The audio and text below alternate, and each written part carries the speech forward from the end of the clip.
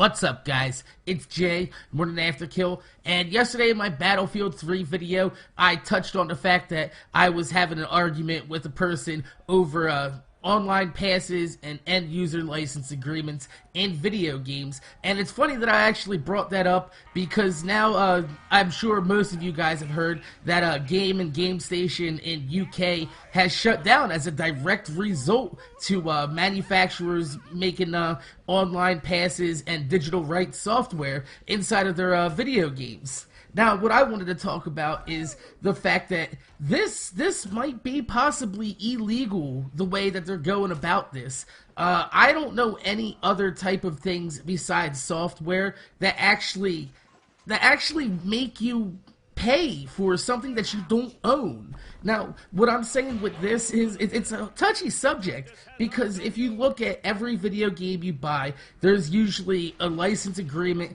that you usually have to click OK to actually play the game, or it's actually bundled inside the video games in some of the documentation that come with the games, i.e. the instruction manual, or sometimes, in this case, just a flimsy piece of fucking paper that comes inside of the box. Now, what this software license agreement is you agree to purchase this. You own the disc. That's all you own. You don't own the product that's on the disc, which is the video game.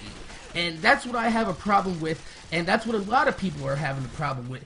And what I'm wondering is this technically illegal? Because they don't spring the license agreement on you until you actually open the game. And once you open the game, as everybody knows, you can't take it back. I'm gonna say that again. You can't fucking take it back. So that means if I buy this game and I read the software license agreement and I don't agree with the actual terms of this service, I can't do shit about it because I've already bought it. And there's nothing, I can't even fucking sell this game, because in the software license agreement usually is a clause, and I'm gonna read it right here. It says, "You shall not exploit this program, blah blah blah, yada yada yada," right? But then if you go down, usually inside the middle of a wall of text that you usually scroll past, it says, "You shall not sell, rent, lease, license, distribute, or otherwise transfer this program or any copies of this program without the express prior written consent of the manufacturer." Now, what that means is, once you buy this game, it's basically technically illegal to sell this game or trade it into these game stores. And that's what manufacturers and things like EA are trying to shut these places down, because they're violating the terms of the agreement by accepting these video games as trade-ins and then selling them for a few dollars extra to save people some money. So now when you go to the game store and you buy your $50 copy of, say, Modern Warfare 3, or actually we're not going to use Modern Warfare 3, we're going to say Battlefield 3. You pay $50, it's $10 cheaper than the Battlefield 3 brand new. But now you got to go ahead and buy an online pass to enjoy the part of the game that you probably bought the game for. And this is where it gets tricky, like I said yesterday in another video that was in response to Guns for Hire, that he actually says he wants a disclaimer on the games that says, you know, that the online content might not be there. And it actually is already on there. You can check the video. It's going to be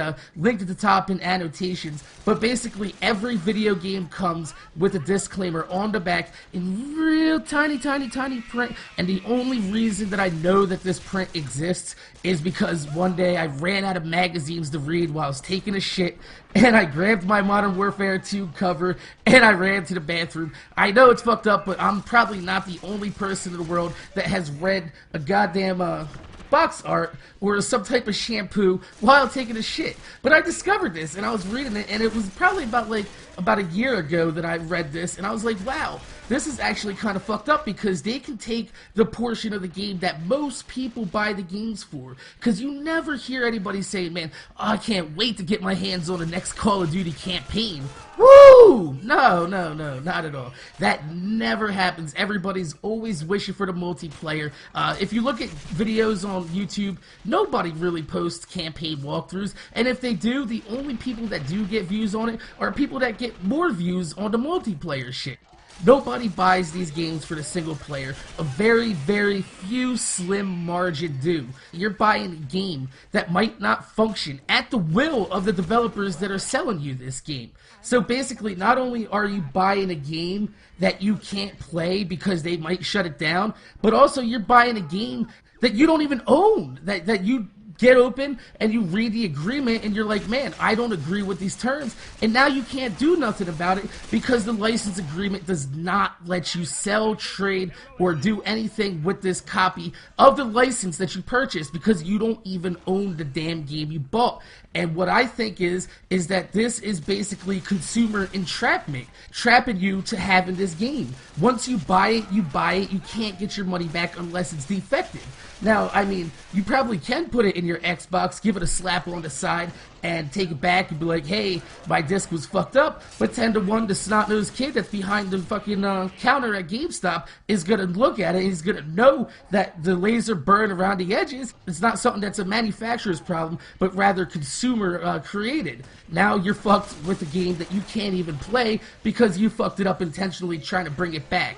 And what I think is that we need to go ahead and speak up as consumers and say that we want this user license agreement amended or something done about it to where we can actually own the copies of the games that you buy, because surely nobody goes and buys a couch from the furniture store, brings it back, and then when you're done with it, the furniture store calls up and says, hey, we'd like our license to the couch back. No, because once you buy something as a consumer, you're basically owning it, and that's something with software that you do not have. You do not own it. It's impossible to own a piece of software, and I just think that's fucked up, and I'd like to see something do it about it. So go ahead and leave a comments down in the below. Make sure you guys let me know, especially with this thing about UK going under with the game and GameStation, because if that follows suit, GameStation could possibly be in a very, very fucked up situation in America, and then we're all stuck buying, digital copies of these games, which is what the developers want.